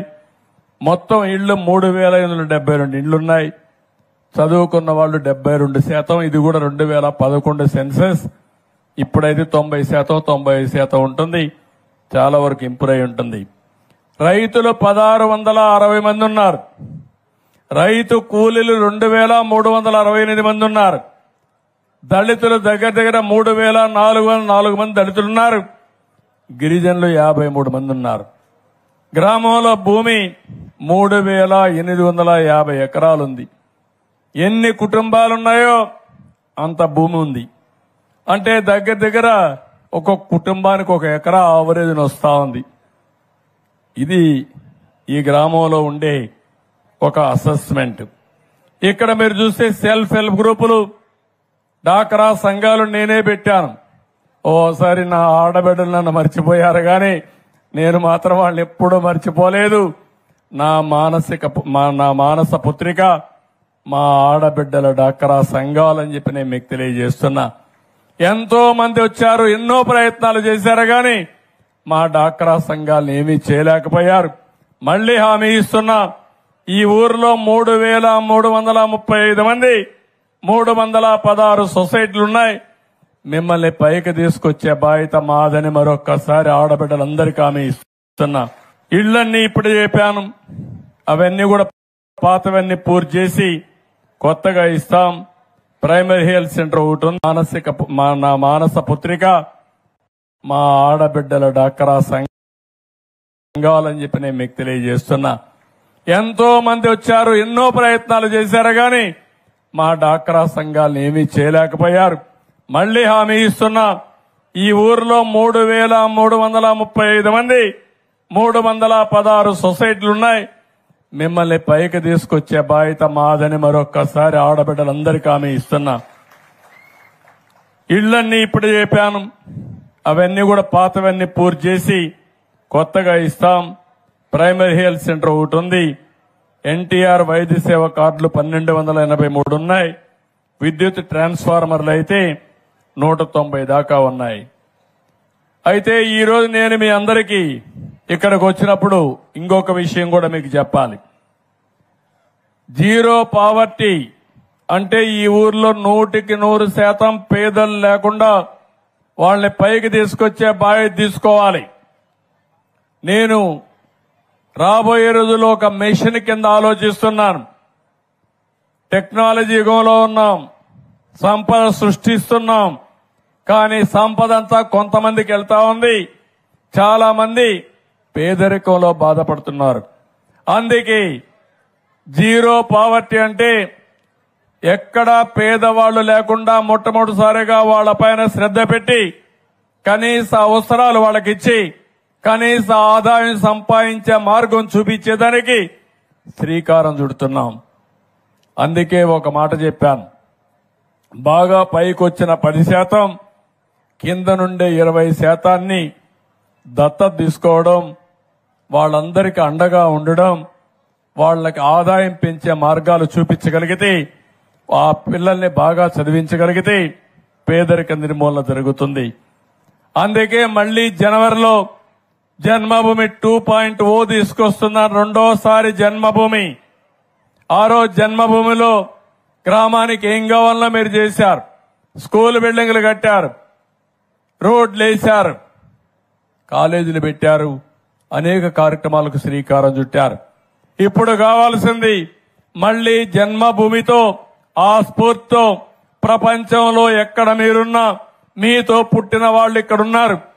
ఇంకా అవసరాలున్నాయి, మీరు కూడా రండి, అందరం కలిసి పనిచేద్దాం, ఈ గ్రామాన్ని అభివృద్ధి చేద్దాం, గ్రామంలో ఉండే ప్రజల్ని మనతో సమానంగా ముందుకు తీసుకుపోదాం. ఒక విషయం మీరు గుర్తుపెట్టుకోవాలి, 25 ఏళ్లకు మునుపు నేను ఐటీకి ప్రాధాన్యత ఇచ్చాను. మీ పిల్లల్ని చదివించమని చెప్పాను. కొంతమంది నన్ను చూసి నవ్వారు, ఐటీ అంటే అర్థం కాలేదు. ఈ రోజు ప్రతి ఒక్కరి జోబీల్లో సెల్ ఫోన్లు ఉన్నాయి. నేను ఆ రోజు సెల్ ఫోన్ కోసం నేను ప్రయత్నం చేస్తా ఉంటే అందరూ నన్ను ఎగతాళి చేసి సెల్ ఫోన్ తిండి పెడుతున్నా అన్నారు. ఈరోజు సెల్ ఫోన్ తిండి పెట్టడం కాదు, భార్య లేకపోతే భర్త ఉండగలుగుతాడు, భర్త లేకపోతే భార్య ఉండగలుగుతుంది. కానీ సెల్ ఫోన్ లేకపోతే ఇద్దరు ఉండే పరిస్థితిలో లేరు, పిచ్చి పడుతుంది. అంటే ఇది ఒక ఆయుధంగా తయారైంది. మంచి సాధన కోసం ఏ పని కావాలన్నా అన్ని సెల్ ఫోన్ ఉంటే అయిపోతాయి. ఎక్కడన్నా కొనుక్కోవాలంటే పేటీఎం మీరు పెట్టేసుకుంటే, లేకుంటే డౌన్లోడ్స్ పెట్టుకుంటే ఆటోమేటిక్ గా డబ్బులు స్వైపింగ్ చేసి బిల్లు కూడా ఏది చేస్తారు, తీసుకుని వెళ్ళిపోతా ఉంటాం. క్యూఆర్ కోడ్ వాడుతున్నాం, ముందుకు వెళ్ళిపోతున్నాం. ఎప్పుడన్నా చీకటి వచ్చి కరెంటు పోతే టార్చ్ లైట్ గా పనిచేస్తుంది మీ ఫోనే. ఇలాంటి ఒకటి కాదు, ఇక్కడి నుంచి మీరు ఇంకా మీటింగ్ టైం అవుతా ఉంది, ఒక అర్ధ గంటకు లేటుగా వస్తారు, మీ మిస్సెస్ కు ఫోన్ చేసే పరిస్థితి వస్తున్నారు. ఇంట్లో వాళ్ళకి మెసేజ్లు పెట్టుకోవచ్చు. అనేక లాభాలు రాబోతున్నాయి. ఇటీవల కాలంలో యునైటెడ్ నేషన్స్ ఒక సర్వే చేశారు. భారతదేశంలో టెక్నాలజీ అడాప్ట్ చేసుకుని పేదరిక నిర్మూలన జరిగింది. ఆఫ్రికా దేశాలు కూడా టెక్నాలజీ అడాప్ట్ చేసుకోమని సజెషించే పరిస్థితికి వచ్చారు. పెను మార్పులు వస్తున్నాయి రాబోయే రోజుల్లో. అందుకే నేను మిమ్మల్ని అందరినీ ఇంకొక మాట మీరు గుర్తుపెట్టుకోవాల్సింది, 25 ఏళ్లకు మునుపు ఐటీ చదువుకొని అమెరికాకి వెళ్లిన వాళ్ళు, అమెరికాలో స్థిరపడిన వాళ్ళు, ఉద్యోగాలు చేసేవాళ్ళు, వాళ్ళ ఆదాయం చూస్తే మనకే ఆశ్చర్యం వేస్తుంది. $1,19,000 వాళ్ళకి వస్తుంది. 1,19,000 ఇంటూ ₹80 ₹90 వేసుకుంటే దగ్గర ₹1 కోటి ఆదాయం ఆవరేజ్ వస్తుంది వాళ్లకు. అదే అమెరికాలో ఉండే తెల్లవాళ్లు చూస్తే వాళ్ళ ఆదాయం మన వాళ్ళల్లో సగం $65,000. అది ఇన్ఫర్మేషన్ టెక్నాలజీతో వచ్చిన ప్రాముఖ్యత. నేను ఇచ్చిన ఆలోచన కొంతమంది తీసుకున్నారు. క్రీమ్ ఆఫ్ ది సొసైటీ చదువుకున్న వాళ్ళు తీసుకొని హైదరాబాద్కి వెళ్లారు, బెంగళూరుకి వెళ్లారు, అక్కడి నుంచి విదేశాలకు వెళ్లారు, అవకాశాలు అందిపుచ్చుకున్నారు. ఇప్పుడు నా ఆలోచన అది, ప్రజల్ని ఒక ఆస్తిగా చూడాలని. ఒకప్పుడు ప్రజలంటే భారం అనుకున్నాం, ఇప్పుడు ప్రజలు మనకు పెద్ద ఆస్తి. ఆ విషయమే నేను చెప్తున్నా. కొన్ని దేశాల్లో పిల్లలు పుట్టడం లేదు, మానేశారు. ఇప్పుడు పెద్దవాళ్లు, వయసు అయిన వాళ్ళు ఎక్కువ అయిపోయారు. వాళ్ళు కూడా రాను రాను చనిపోతే ఆ గ్రామాలన్నీ దెయ్యాల కొంపలుగా తయారైపోతాయి. ఇప్పుడు కూడా మీ గ్రామాల్లో, చాలా గ్రామాల్లో చూస్తూ ఉంటారు. మన రాష్ట్రం కూడా ఆ పరిస్థితికి వచ్చాం. 2.1 అంటే 2.1 చిల్డ్రన్ని ఒక ఆడబిడ్డ జీవితంలో కనే పరిస్థితి రావాలి. ఈ రోజు మన దగ్గర 1.5 నుంచి 1.7% ఉంది. అంటే దీని అర్థం ఏంటంటే పుట్టే వాళ్ళ సంఖ్య తగ్గిపోతా ఉంది, చనిపోయే వాళ్ళ సంఖ్య పెరుగుతా ఉంది. భవిష్యత్తులో ముసలి వాళ్ళ సంఖ్య పెరుగుతుంది, కుర్రాళ్లు కనపడే పరిస్థితి లేదు. తద్వారా మళ్లీ మనుషులే లేకపోతే ఎవరికి సేవ చేస్తామని అడుగుతున్నా. ఒకప్పుడు నేనే జనాభాను నియంత్రణ చేయమన్నాను, ఇప్పుడు జనాభాని పెంచమంటున్నాను. అందుకే మొన్న పంచాయతీ ఎన్నికల్లో 2 కంటే ఎక్కువ మంది పిల్లలుంటే వాళ్ళందరికీ ఛాన్స్ ఇవ్వాలని నిర్ణయం చేశాను. రేపు ఎల్లుండి రోజు వస్తుందని చెప్పలేను. ఎవరైనా ఒక్కరికంటే పిల్లలే లేకపోతే వాళ్ళు పోటీ చేయడానికి అర్హత లేదని చెప్పాల్సి వస్తుంది. అంటే ఎందుకంటే దూరదృష్టితో ఆలోచించకపోతే, జనాభా తగ్గిపోతే యూరోప్ దేశాలు, చైనా, జపాన్ అందరికి కూడా ఈరోజు ప్రపంచంలో పోటీ పడే పరిస్థితి లేదు. నార్త్ ఇండియాలో జనాభా పెరుగుతా ఉంది, సౌత్ ఇండియాలో జనాభా తగ్గిపోతా ఉంది. దీన్ని కూడా మీరు గుర్తుపెట్టుకోవాల్సిన అవసరం ఉంది. నదుల అనుసంధానం జరగాలని కోరుకుంటున్నా. ఈస్ట్ గోదావరికి సమస్య లేదు, కానీ రాయలసీమ, ఉత్తరాంధ్ర అన్నిటికి కూడా ఈ యొక్క సంధానం జరిగితే చాలా ఉపయోగపడుతుంది. ఇంకొక విషయం కూడా మీరు గుర్తుపెట్టుకోవాలి. ఈ రోజు కరెంట్ అనేది మీ ఇంట్లోనే తయారు చేసుకునే రోజు వచ్చింది. మీ ఇంట్లోనే కరెంటు తయారు చేసుకోవచ్చు. మీ స్కూటర్కి మీరే కరెంటు ఛార్జ్ చేసుకోవచ్చు, పెట్రోల్ బంకు పోయే పనే లేదు. ఇంకో పక్క మీ పంప్ సెట్ ఉంటే అక్కడ కూడా కరెంటు ఉత్పత్తి చేసుకోవచ్చు. మీ ఇంట్లో కరెంటు ఉత్పత్తి చేసుకుంటే మీరు వాడుకుని మిగిలిన కరెంటు గ్రిడ్కి ఇవ్వచ్చు. మీకు కరెంటు కావాలంటే గ్రిడ్ మళ్ళా మీకు ఇచ్చే పరిస్థితి వస్తుంది. ఆ కొత్త కార్యక్రమానికి కూడా శ్రీకారం చుడుతున్నా. నేను అందరికీ 200 యూనిట్లు కరెంటు ఉచితంగా ఇస్తానని చెప్పాను. ముఖ్యంగా పేదవాళ్ళకి, ఎస్సీలకు, వీళ్ళందరికీ వాళ్ళ ఇంటి మీద ప్యానెల్ పెట్టేసి ఈ యొక్క సోలార్ ప్యానెల్స్ పెట్టి కరెంటు ఉత్పత్తి చేసి తద్వారా వాళ్ళకి కరెంటు అందుబాటులో చేసే పరిస్థితి వస్తే అది కూడా మీరు ఏమీ చేయక్కర్లేదు. మీ ఇంటి మీద పెట్టుకోవడానికి అనుమతిస్తే చాలు. మెయింటెనెన్స్ కూడా గవర్నమెంటే చేసే విధానానికి శ్రీకారం చుడతాం. అది ఒక వ్యవస్థను పెడతాం. ఇది చేస్తే ఈ రోజు కరెంట్ అంతా ఎక్కడి నుంచో వస్తా ఉంది. ట్రాన్స్మిషన్ లాసెస్ ఉన్నాయి. మీ ఇంట్లోనే కరెంట్ ఉత్పత్తి చేసి మీరే వాడితే 1% గాని 0.5% గాని కరెంటు లాసులు రావు. దీనివల్ల గణనీయంగా రాబోయే రోజుల్లో కరెంటు ఛార్జీలు పెరుగుతాయి. చాలా మార్పులు వస్తున్నాయి.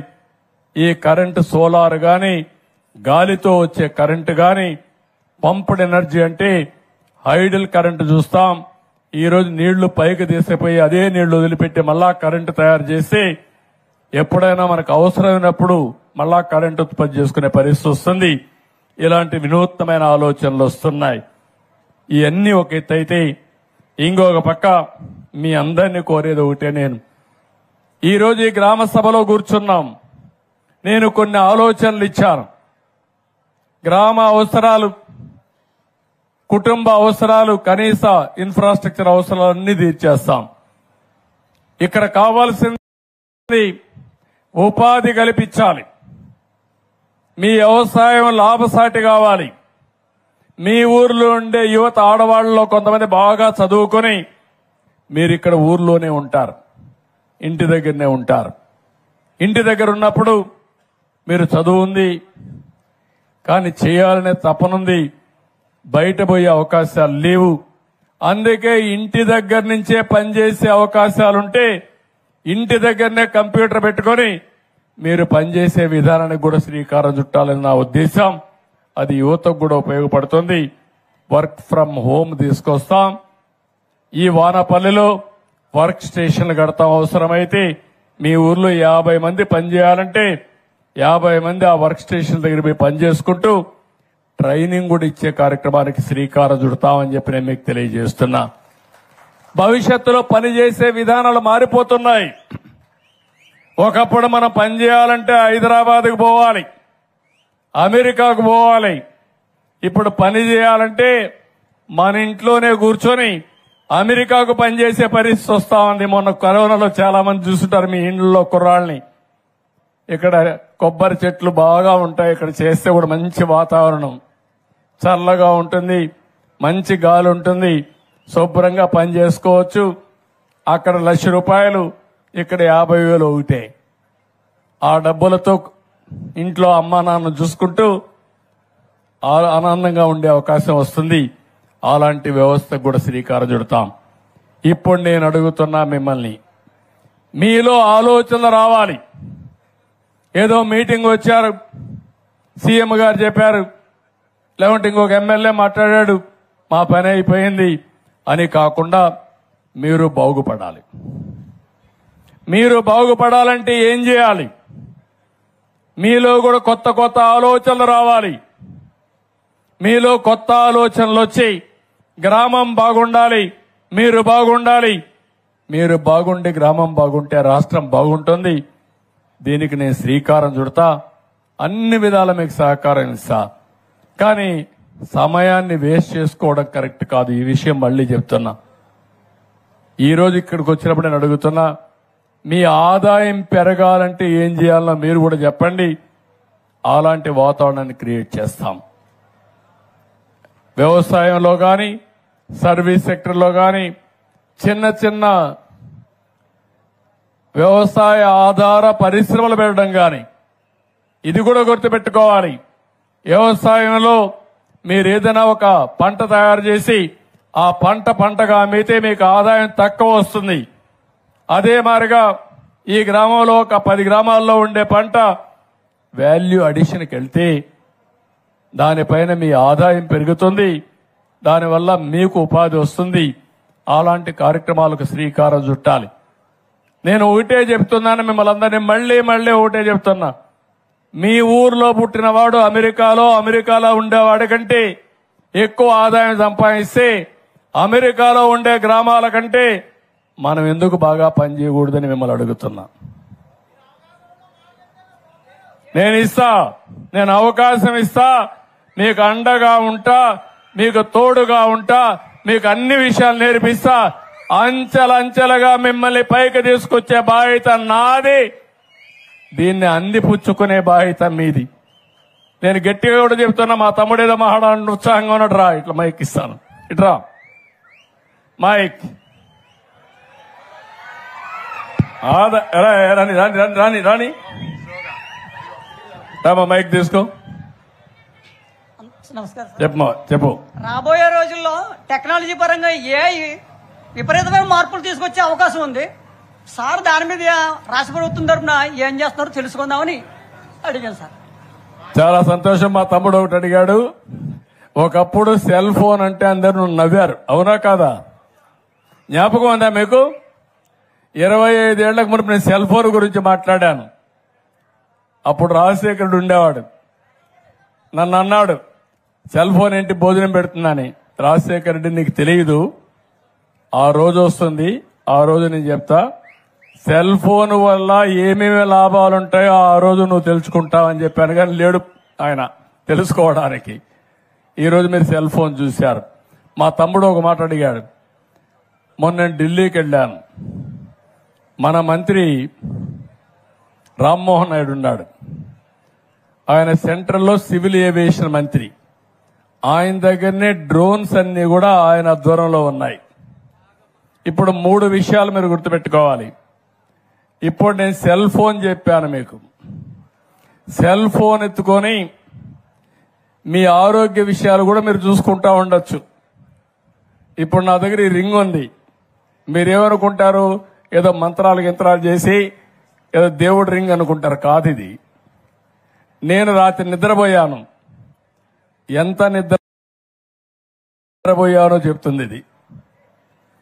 నేను రాత్రి బాడీ ఎంతవరకు మళ్ళీ రెడీ అయ్యింది నిద్రపోయిన తర్వాత చెప్తుంది. అదే మరి ఇప్పుడు ఒక సెన్సార్ వచ్చింది. మీరు తినే వల్ల మీకు ఎంతవరకు గ్లూకోజ్ లెవెల్ వస్తుందో చెప్తుంది.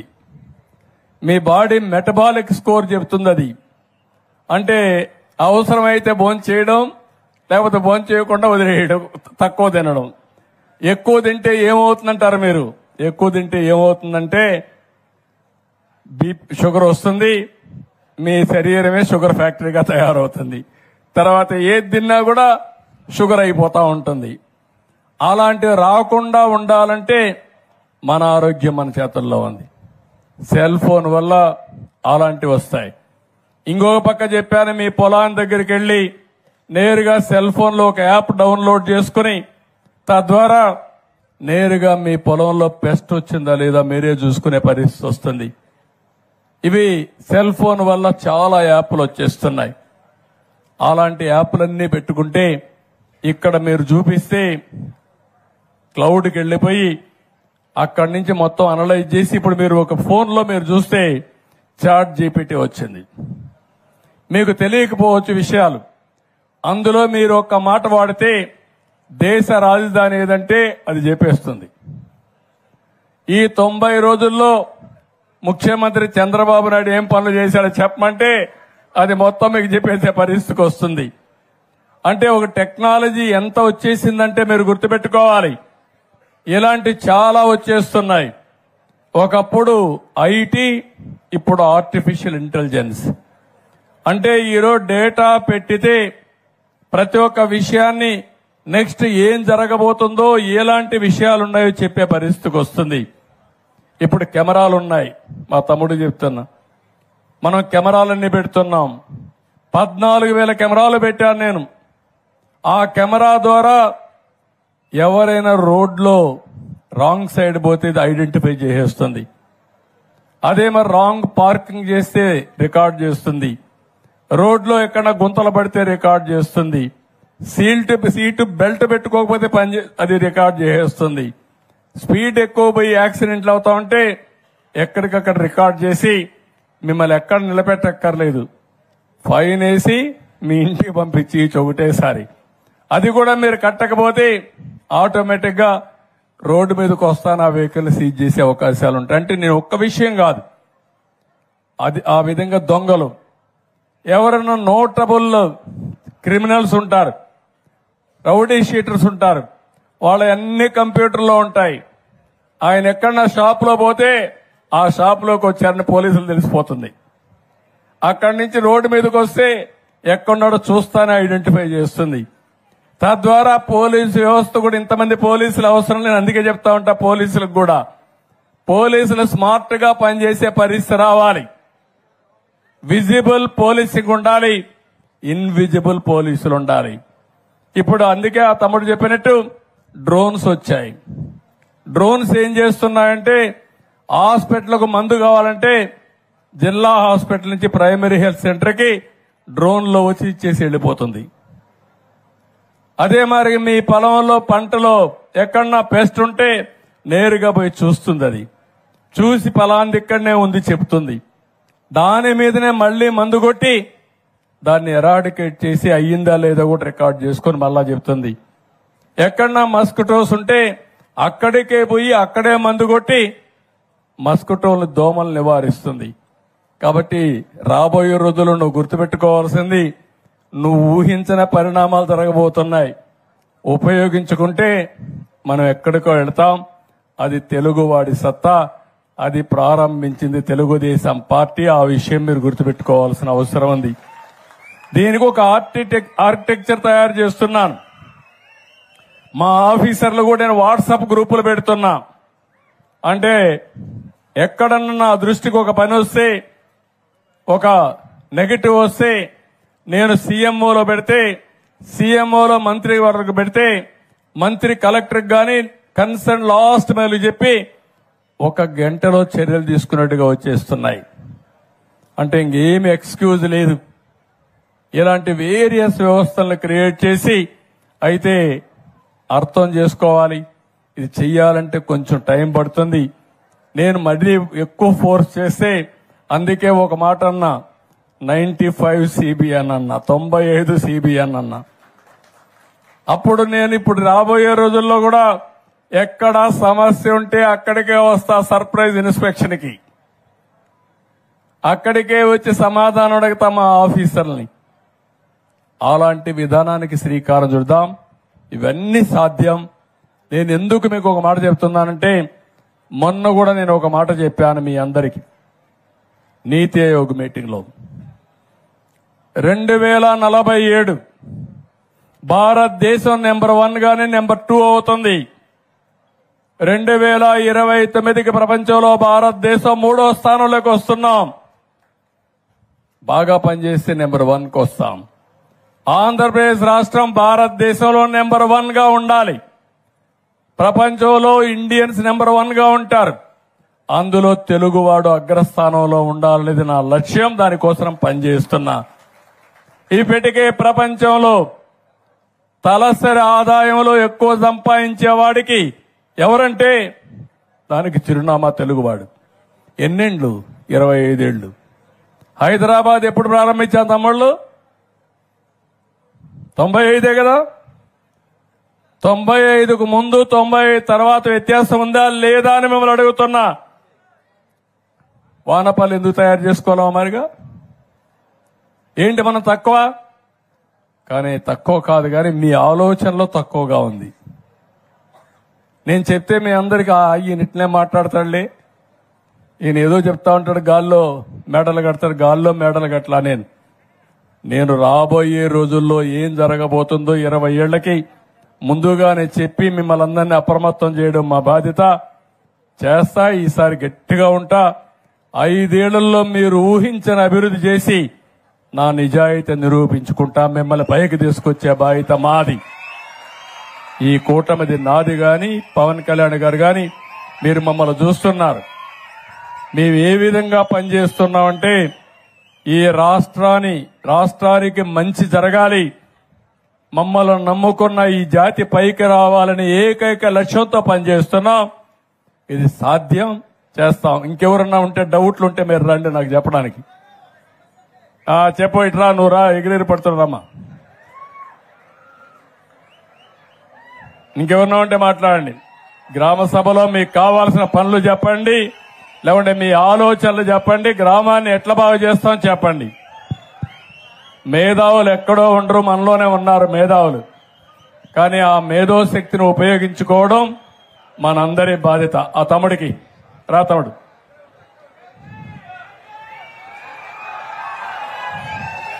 ఏం తమ్ముడు రా, మైక్ తీసుకో, మైక్. వానపల్లి అందరికీ కూడా నమస్కారం అండి. అలాగే గవర్నర్ ముఖ్యమంత్రి గారు, అలాగే మన ప్రెసిడెంట్ అయిన పల్లి భీమారావు గారు, ఎమ్మెల్యే అయిన సత్యానందరావు గారు, వైస్ ప్రెసిడెంట్ అయిన మన వీరేష్ గారు, అందరికీ కూడా నమస్కారం అండి. మన ఊరికి ముఖ్యంగా కావాల్సింది ఆడబిడ్డలందరికీ కూడా ఒక పని చేయడానికి ఒక ఫ్యాక్టరీ కావాలి సార్. ఎందుకంటే ఇక్కడి నుంచి కండవిల్లు వెళ్తున్నారు సార్. ఒక 4-5 గంటల జర్నీ చేయాలి సార్. 8 గంటల నుంచునే పని చేస్తారండి కండవిల్లి ఫ్యాక్టరీలో సార్, దూది ఫ్యాక్టరీ సార్. దాని వల్ల ఇక్కడ ఆడవాళ్ళందరికీ కూడా వద్దు, ఆ పని చేయొద్దు, ఆ పని చేయొద్దు. ఈ పక్క వచ్చాను, ఈ పక్కన ఉండే చెప్పని ఆయన చెప్పని సార్. చెప్తాం. ఆడవాళ్ళందరికీ కూడా సార్ ఊపిరితిత్తులో చాలా కంప్లైంట్ సార్. వీళ్ళ చెప్పడం లేదు కానీ ముసలి వాళ్ళ దగ్గర నుంచి ఇక్కడ ఉన్న అమ్మాయిలు 10th క్లాస్ చదివిన సరైన ఉద్యోగాలు లేవు సార్. ఉద్యోగాలు లేక కండవిల్లి ఫ్యాక్టరీలో నానా ఇబ్బందులు పడుతున్నారు సార్. మా ఊరు వాడవాళ్ళు కానీ కొత్తపేట, వానపల్లి గ్రామ పంచాయతీలో ఉన్న వాళ్ళందరూ కూడా నరకం అనిపిస్తున్నారు సార్. ఇక్కడ నుంచి 3 షిఫ్ట్లు సార్. ఎలా అంటే పొద్దున్నే 4 గంటలకు లేచి 6 గంటలకు బస్సు ఎక్కాలి సార్. 6 గంటలకు వెళ్తే అక్కడికి వెళ్ళేటప్పటికి 7-8 అవుతుంది సార్. 8 గంటల నుంచి మళ్ళీ తిరిగి వచ్చే వరకు కూడా నుంచునే పని చేయాలి. ఇక్కడ ఉన్న ఆడవాళ్ళందరూ కూడా అదే పరిస్థితి. అలాగే మా రైతన్నలు సార్, ముఖ్యంగా మా గోదావరి నియోజకవర్గానికి వెన్నుముక్క అయినటువంటి రైతన్నందరూ కూడా గోదావరి వస్తే నిజంగా ఎంత నాశనం అవుతున్నారంటే ఏ ప్రభుత్వం ఈ 5 సంవత్సరాలు కూడా ఏ ప్రభుత్వం పట్టించుకోలేదు. వైఎస్ఆర్సీపీ ప్రభుత్వం మా గోదావరి దగ్గర నుంచి వీడియోలు మీరు చూసారో లేదో తెలియదు సార్. ఇక్కడ వరకు కూడా మునిగిపోయి నరకం అనిపించారు సార్. ఎందుకంటే మాది కిల్లికొట్ట అక్కడే సార్, ఏడుకొట్ట మీద. మా గోదావరి రైతులందరూ కూడా మా దగ్గరకు వస్తారు కాబట్టి చెప్తున్నాను. అలాగే ఇంకో విషయం, ఇక్కడ ఉన్న ఆటో యూనియన్ సార్, నా ఈ ఆటో యూనియన్ ప్రెసిడెంట్ సార్, నా పేరు రేజనాయుడు. అలాగే మీరు ముఖ్యంగా ఆడవాళ్ళందరికీ కూడా ఫ్రీ బస్ పెట్టారు సార్. దానికి అభినందించాలి సార్ నిజంగా. ఎందుకంటే మామూలు విషయం కాదు సార్, అది చాలా కోట్లతో కూడుకున్న విషయం. మా ఆడవాళ్ళ అక్క చెల్లెములు అందరూ కూడా చాలా బాగుండాలని మీరు ఈ పథకం పెట్టారు సార్. అలాగే మా ఆటో యూనియన్ దగ్గర ఒక 5 లక్షల మంది సార్ తూర్పుగోదావరి జిల్లాలో. 5 లక్షల మందికి కూడా మీరు ఏదోలాగా, ఎందుకంటే మామూలుగా ఏదో 10th ఫెయిల్ అయ్యో లేకపోతే ఏదో చేసో కాదు సార్. ఖచ్చితంగా డిగ్రీ చదువుకున్న వాళ్ళు కూడా ఆటో తోలుకుంటున్నారు సార్. అలాగే ఇక్కడ జరిగిన ఒక 5 సంవత్సరాలు మీకు నరకం చూపెడతాను సార్. నిజంగా ఈ 5 సంవత్సరాలు నరకం చూపెడతాను. 5 సంవత్సరాలు నరకం చూపించారు సార్. ఏమండి, ఇక్కడ ఉన్న జనసేన కార్యకర్తలు కానీ, జనసేన అభిమానులు కానీ, తెలుగుదేశం కార్యకర్తలు కానీ, తెలుగుదేశం అభిమానులు కానీ, మీరు చెప్పారు కదా సార్ అక్కడ ఎంతమంది మీద కేసులు ఉన్నాయని. ఇక్కడ ఉన్న వాళ్ళ దగ్గర యువత, కాపు యువత కానీ, బీసీ యువత కానీ, ఎస్సీ యువత కానీ, మొత్తం యువత అందరి మీద కూడా చాలా మంది కేసులు ఉన్నాయి సార్. అది గవర్నర్ సత్యనందరావు గారికి కానీ, అలాగే వీరేష్ గారికి కానీ అందరికీ తెలుసు సార్. అలాగే ఆ కేసుల దగ్గర నుంచి కూడా మీరు మా వాళ్ళందరినీ కూడా వినిపించాలని కోరుకుంటున్నాను సార్. ఇప్పుడు నేను అడిగిందని చెప్పను. ఒక సెకండ్, ఏది ఏం పెట్టాలో పార్క్ సార్. ఎందుకంటే మా పల్లలమ్మకు ఇంకో పేరు సార్, ప్రకృతి మాత అండి. ప్రకృతి మాత ఆవిడకి అక్కడ ఇదంతా కూడా పల్లలమ్మ గారికి కలెక్టర్ ఉండు హరీష్, నువ్వు ఉండు కాసేపు ఉండు, నువ్వు ఓపిక పట్టు. నాకు తెలిసి నాకు ఎట్ హ్యాండిల్ చేయాలి నాకు తెలుసు, ఓపిక పట్టు. కలెక్టర్ గారు ఈ టెంపుల్ అంతా తీసుకొని ఈ టెంపుల్ మొత్తం ల్యాండ్స్ అన్ని కూడా ఇచ్చేసి మంచి పార్కు, ఒక మంచి ఆహ్లాదకరంగా ఊర్లో వాళ్ళు వస్తే కూర్చునే విధంగా, సాయంత్రం అయితే ఇక్కడ అందరూ వచ్చి దేవుని సేవలోనే కాకుండా నేచర్ ప్రకృతి సేవలో తన్మయత్వం ఉండే విధంగా తయారు చేయండి. దానికి ఎంత డబ్బులు కావాలని ఇస్తాం, దానికి వర్కౌట్ చేసి ఇమీడియట్ గా శ్రీకారం చుట్టండి. రెండోది, ఎక్కడికి పోయి పనిచేస్తారు మా లేడీస్ అంతా? ఎక్కడికి? రావులపాలెం అవతల Kandavilli sir, Kandavilli factory sir, దూది ఫ్యాక్టరీ సార్. ఏ ఫ్యాక్టరీ? దూది ఫ్యాక్టరీ సార్. దూది ఫ్యాక్టరీ అండి, రవలి స్పిన్నర్స్, స్పిన్నింగ్ మిల్సా. చాలా ఇబ్బంది పడుతుంది సార్. చాలా మందికి ఊపిరితిత్తులు కంప్లైంట్ ఉంది సార్. అలాగే వచ్చి కూర్చున్నారే కానీ అందరికీ దగ్గు, ఆయాసం చాలా ఉంది సార్. ఇప్పుడు వాళ్ళందరికీ మనం ఏం చేయగలుగుతాం, ఒక యాక్షన్ ప్లాన్ తయారు చేస్తే ఈ ఊర్లో ఉండే ఆడవాళ్ళందరికీ ఇక్కడనే ఉపాధి కల్పించేదానికి ఏం చేయగలుగుతామో దాన్ని కూడా వర్కౌట్ చేద్దాం. అది కూడా చేసి ఇది ముందుకు తీసుకెళ్దాం. రెండోది, ఆర్టీసీ డ్రైవర్లు కూడా ఆదుకుంటాం తమ్ముడు. మా ఆడబిడ్డలకి, ఆర్టీసీ కాదు ఆటో డ్రైవర్లను ఆదుకుంటాం. ఆడబిడ్డలకి ఉచిత బస్సు సౌకర్యం ఇచ్చినప్పుడు ఏదైతే ఆటో డ్రైవర్లు ఉన్నారో, మీరు కూడా చదువుకుని ఉన్నారు, మొన్న మీరు కూడా మాకే ఓట్లు వేశారు, మిమ్మల్ని కూడా ఎట్లా ఆదుకోవాలని ఆదుకోవడం కోసం ప్రయత్నం చేస్తున్నా. తప్పకుండా మీకు న్యాయం చేస్తానని హామీ ఇస్తున్నా. ఒక ఆటో ఏం చదువుకున్నావు? ఏం చదువుకున్నావు? నాది ఇంటర్ అయింది సార్, ఆటో సార్, నాది auto union leader. Auto union leader, but inter అయింది, సామాజిక స్పృహ ఉంది, అంటే 10 మందికి ఏదో మంచి జరగాలని తాపత్రయం ఉంది. 3 సూచనలు ఇచ్చాడు, 3 కూడా అందరూ వద్దు వద్దు అంటున్నారు. మా హరీష్ అయితే చాలు అంటున్నాడు. చాలు కాదయా, నీకు ఓపిక ఉండాలా, హ్యూమన్ యాంగిల్ ఉండాలా, మీరందరూ లీడర్లు మారాలా, మారి ప్రజలతో మమేకం కావాలి. 5 నిమిషాలు లేట్ అయితే కొంపలేం కూలిపోగాని ప్రజలు చెప్పింది విని ఆ సమస్యను పరిష్కారం చేసే దిశగా మీరు పనిచేయాలి, అడ్మినిస్ట్రేషన్ పనిచేయాలి. మీరే కాకుండా నీ ఆటో ఏంటి తమ్ముడు? ఇప్పుడు నీ ఆటో డీజిల్ ఆటోనా లేదా పెట్రోలా? Diesel auto sir. ఇప్పుడు ఏ రోడ్లు? అన్ని మంచి రోడ్లేనవి లేదు సార్, ఎక్కడికక్కడ గోతులు. మీకు తెలియదేమో సార్, మా సత్యనందరావు గారిని అడగండి సార్. ఇప్పుడు నీ దగ్గర నేను హాస్పిటల్ సార్, ఎలక్ట్రికల్ ఆటో ఇప్పిస్తే నువ్వు దాంతో తక్కువ ఇది చేసుకోగలుగుతావా? పోతుంది ఇప్పుడు అంటే గోతులు ఎక్కువ ఉంటే? గోతులు ఎక్కువ ఉంటే ప్రాబ్లమ్స్ ఎక్కువ వస్తాయి సార్ ఎలక్ట్రిక్ ఆటో. ఇది అయిపోయి మళ్ళా నీతో మాట్లాడతాను, నీకేం చేయాలో చూస్తాను.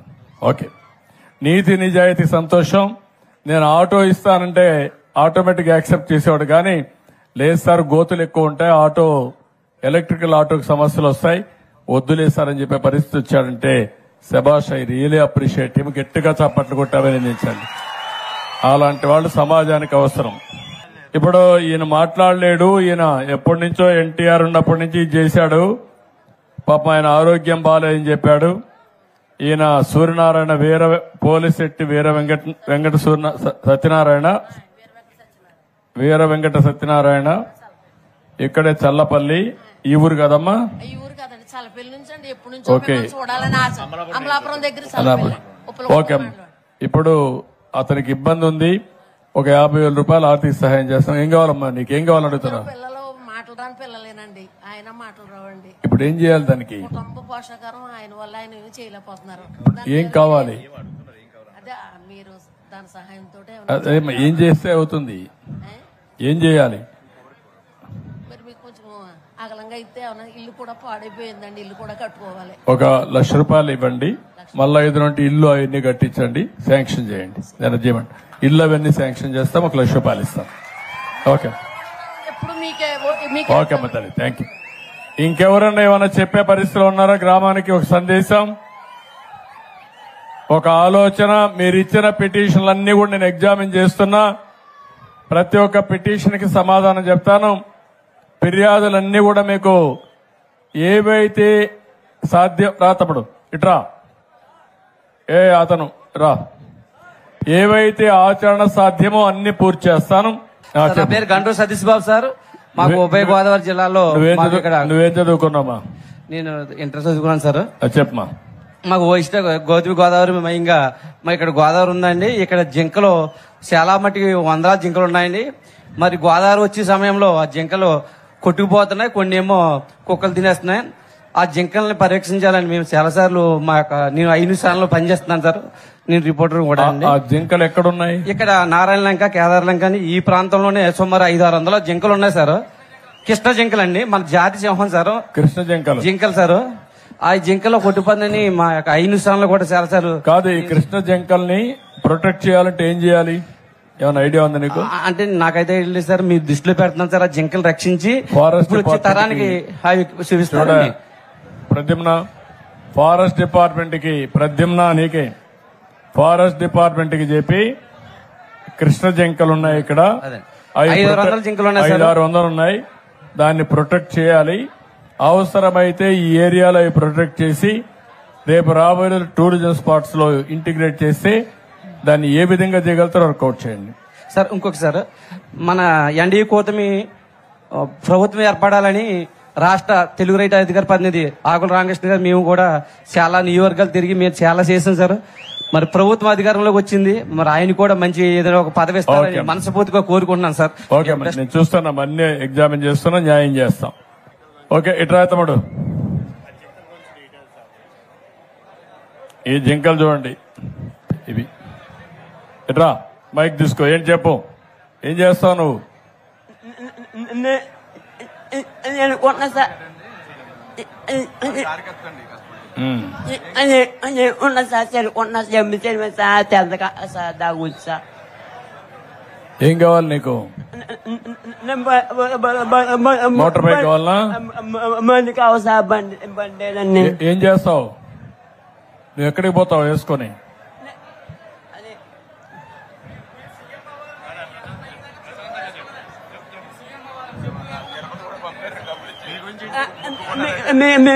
మేము ఉంచి సీఎం అవ్వని కోరుకున్నా సార్. నేను తిరుపతి వెళ్ళాలని మొక్కుకున్నా సార్. మీకు సార్ ఇతనికి స్కూటర్ ఒకటి కొనివ్వండి. అది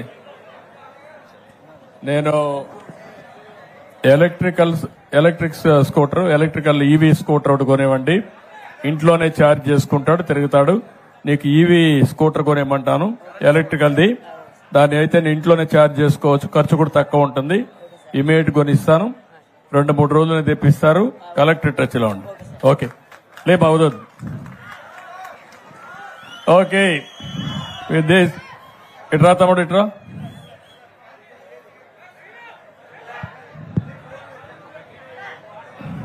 ఏంటి బా ఏంటి చెప్పు, నువ్వేం చదువుకున్నావు? 10th class sir. 10th class. 10th class చదువుతున్నావా? ఎట్లా అయిపోయింది సార్. ఏమా అయిపోయింది సార్. ఇప్పుడు ఏం చేస్తున్నావు? ఇప్పుడు ఖాళీ సార్, ప్రస్తుతానికి ఏం చేయలేకపోతున్నాను, ఇంట్లో కూర్చుంటున్నాను సార్. ఎందుకు స్కూల్ పోవడం లేదు? 10th క్లాస్ అయిపోయిన తర్వాత వెళ్ళలేదు సార్. ఇంటర్మీడియట్ ఎందుకు పోలేదు? అంటే ఇంకో పరీక్ష ఉందని ఆగాను సార్. ఏమా? ఇంకో పరీక్ష ఉంది సార్. చదువుకోవాలి కదా, పట్టుదల కూడా ఉండాలి నీకు. ఇప్పుడు ఎట్లా అయింది ఇది? కొత్త కాలనీ జగ్రెడ్డి గారి కాలనీలో మెయిన్ వైర్లు తల్లినాయి సార్. అంటే వేరే వాళ్ళు బిల్డింగ్ సెంట్రింగ్ రేకులు వేస్తున్నారు సార్. కిందకి వేసుకోవాలి సార్ ఆడు రేకుల చెట్టు. మూరకత్తంగా బిల్డింగ్ కింద లేపాడు సార్ ఆడు. మా బిల్డింగ్ మీద మేకలు అడిపోతే నేను తీసి ఎత్తున్నాను సార్. కట్టుకు ఫోన్ వచ్చింది సార్, ఎత్తి మాట్లాడుతుంటే సప్పని లాగేసుకోండి సార్ మెయిన్ లైన్. ఇదిగోండి సార్, ఇదంతా ఇది. చాలా బ్యాడ్. సరే, ఇప్పుడు నువ్వు 6,000 రూపాయలు వస్తుందా నీకు? వస్తుంది సార్. 6,000 వస్తా. ఇప్పుడు ఏం కావాలంటావు నువ్వు ఏమన్నా చేయడానికి? నాకు ఎక్కడికైనా దూరాలు వెళ్ళినప్పుడు బ్యాటరీ బండి సార్, నాకు ఏదన్నా చేసుకోవడానికి. ఇతనికి కూడా ఒక స్కూటర్ ఒకటి, ఈవీ స్కూటర్ కొనిచ్చేయండి. సో దట్ నేను ఈవీ స్కూటర్ కొనిమ్మంటాను, నువ్వే ఛార్జ్ చేసుకొని నువ్వు వెళ్ళొచ్చు, నేను చేయమంటాను. నువ్వు కూడా పనిచేసేది నేర్చుకో. నువ్వు కూడా 6,000 వస్తుందని గమ్మున ఇంట్లో కూర్చోవద్దు. నువ్వు కూడా ఇంటర్మీడియట్ చెయ్యి, చదువుకో, జీవితంలో పైకి రావాలి. భగవంతుడు ఏదో మనకి వచ్చింది, ఓసారి కొన్ని సంఘటనలు జరుగుతాయి, జరిగిన తర్వాత నువ్వు సవాలుగా తీసుకొని పైకి రావాలి. వస్తావా? వస్తాను సార్. నాకు నమ్మకమేనా? నాకు మాట ఇస్తావా? మాట ఇస్తున్నాను సార్. ఇంటర్మీడియట్ పాస్ కావాలి, బాగా చదువుకోవాలి, నువ్వు పైకి రావాలి. నీకు చదువుకోవడానికి ఏం కావాలి నేను చేస్తా, సరేనా? ఓకే ఓకేమ్మా. అందరికీ ఇట్రామ్మా, ఇట్రా. అందరూ రాసివ్వండి, ఆ కాగితాలు రాసేయండి. అన్ని ఇక్కడ చేయలేం కానీ రాసేయండి. ఏంటమ్మా, ఏంటి చెప్పు.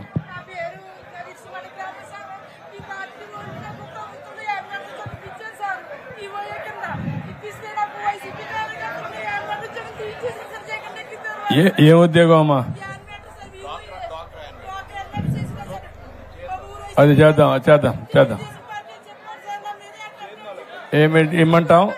వద్దాం వద్దాం వద్దమ్మా, వద్దాం. పర్లే పర్లే పర్లే, మాట్లాడదు మాట్లాడదు మాట్లాడదు మాట్లాడదు. ఓకే అమ్మా, ఓకే. అందరికీ ఉండము ఉండము ఉండము ఉండము ఉండే ఉండు. అందరికీ విజ్ఞప్తి, నేను వచ్చినప్పుడు మీరంతా కూడా స్ఫూర్తిదాయకంగా అందరూ ముందుకొచ్చి చాలా విషయాలు చెప్పారు. కానీ ఇప్పుడు ఒకరిద్దరు వ్యక్తిగత సమస్యలు ఉన్న నోటీస్ ఇచ్చారు, కొన్ని పిటిషన్లు కూడా ఇచ్చారు, ఫిర్యాదులు చేశారు. అన్ని కూడా పరిష్కారం చేయడానికి అన్ని విధాల ప్రయత్నం చేస్తాం. ఈ గ్రామ సభ ద్వారా ఇప్పటికైతే మీరందరూ ఒక 10 కోట్ల రూపాయల పనులన్నీ ప్రారంభించబోతున్నాం.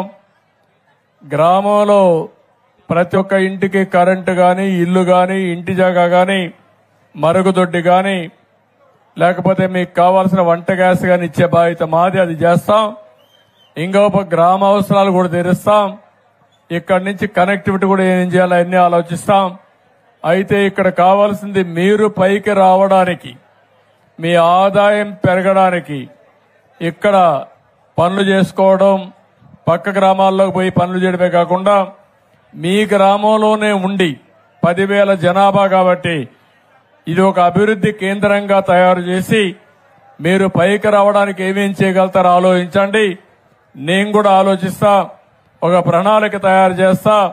ఆ ప్రణాళిక ద్వారా ఎప్పటికప్పుడు మీ అందరికీ మెసేజ్లు పంపించి తద్వారా మిమ్మల్ని అభివృద్ధి చేసే కార్యక్రమానికి శ్రీకారం చుడతానని మరొక్కసారి తెలియజేసుకుంటూ, ఈరోజు రాష్ట్రం మొత్తం అన్ని పంచాయతీల్లో ఒకే రోజు గ్రామ సభలు పెట్టడం ఒక చరిత్ర.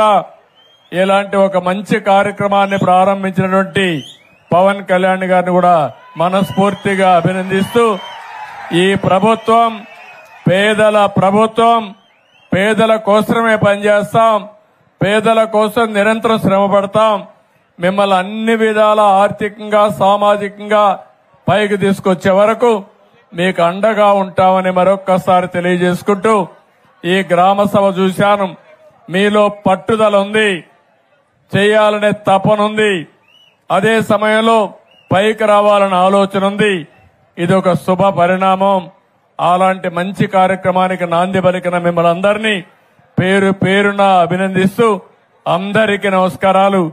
జై హింద్.